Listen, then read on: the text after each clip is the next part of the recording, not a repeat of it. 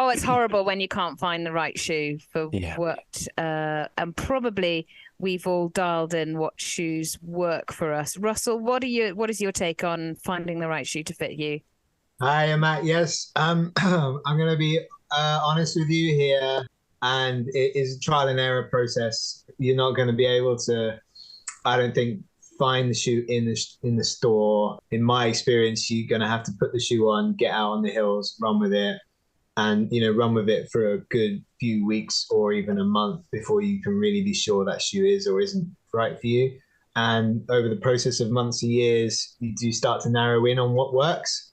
It's just a trial and error thing. I don't really think there are shortcuts or there are quick answers. Like some people like half an inch, some people like a lot more.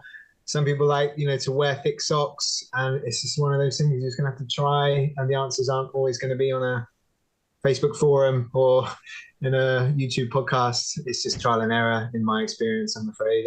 I think it sounds like you haven't quite got the right fit of your shoe. So there are really good running shops. There's a really good Pro Feet in Putney in London, which were excellent at finding the right shoe for you for fitting for gait analysis.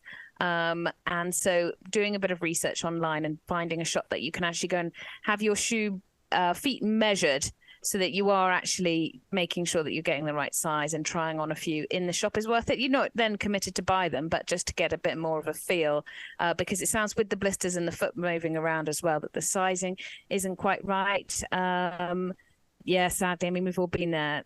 And there's multiple trainers for multiple different terrains and what you might actually be doing. And it's just a case of trial and error. And some people, as Russell said, like more... I like a roomy toe box. I like to be able to spread my toes out. Depends on the racer, doesn't it?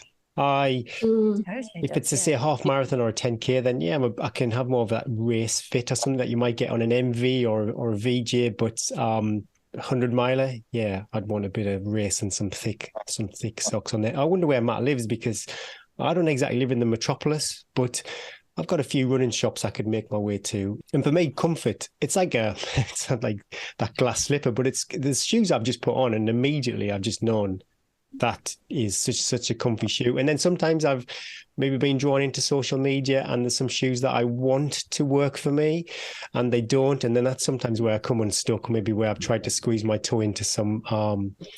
could be the Scott Ultra RCs. I really wanted to wear those for the Lakeland 100. They look great in all the pictures. But I went for the Scott Kinnabalas because there was a bit more room and a bit more cushioning, and you just have to own that decision. So what you see on social media as well, like all the pros who are sponsored with shoe sponsors, they have their shoes made for them with insoles. They're all prototypes made for their feet. So when you think, but these guys are all wearing this, should we say brands? Better not say brands. Big branded names, but I can't fit my feet into them. Why have I got hobbit feet? Lots of them are actually prototypes made for them. So buying a trainer off the shelf is actually terrible, isn't it? It is landfill because we've all got these different feet. In fact, probably if we had trainers made for us, they would last a lot longer and cause a lot less problems as well.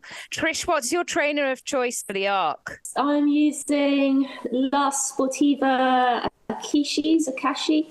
I think with shoes, from my experience, I think it's good to talk about shoes with friends, because actually, friends got done a race and actually they say, they're really grippy, or they aren't grippy, or they're not good in these conditions. I think that's all good.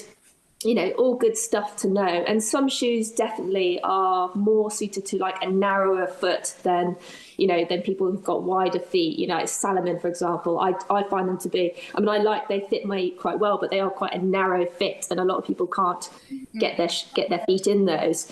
So I think in terms of, getting stuff from the internet, there's lots of stuff you can read about, and I don't, get as much information as you can, but ultimately you can measure your own feet, and lots of the shoes that are out there will have those specifications as well. So you can measure your own feet and give you a rough guide. There are certain brands that will be more for a narrow foot, I would say, and others that are for a wider foot. But again, it is trial and error. I never really spend that much time faffing about with shoes because I wear like one pair of shoes for like 1,000 miles. So I change my shoes like maybe a couple times a year, if that. I mean, I've got a pair of Scott's Ultra. I've talked about my Scott's Ultra before. Rubbish for mud, and you can get like ice skating. But I've put about 1,000 miles on those shoes now, and they still look great. Well chuffed with those.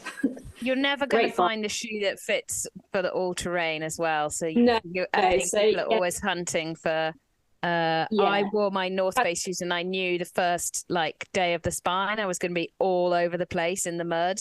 But I knew once I hit the rockier, icier terrain, they were going to come into their own. So I sort of took the hit of the fact that I was going to have a bit more energy to slide around on the mud. And then they were going to be better in the second half. And I think, everybody, if you're doing an ultra. Massively, I think people get too caught up in shoes, full stop. Way too caught up in shoes. Like, at the end of the day, if it's muddy, they've got good lugs, they're probably going to be okay. If it's,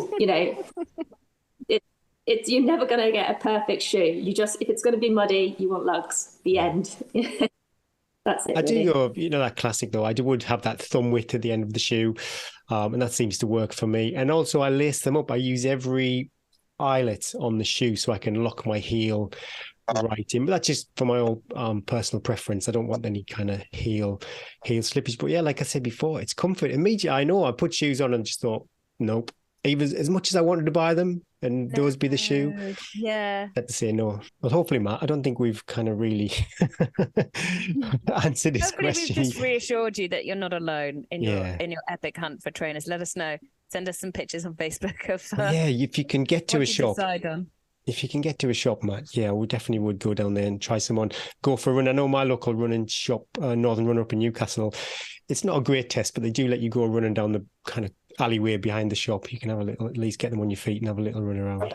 Then you go and buy them at half the price on sportshoes.com.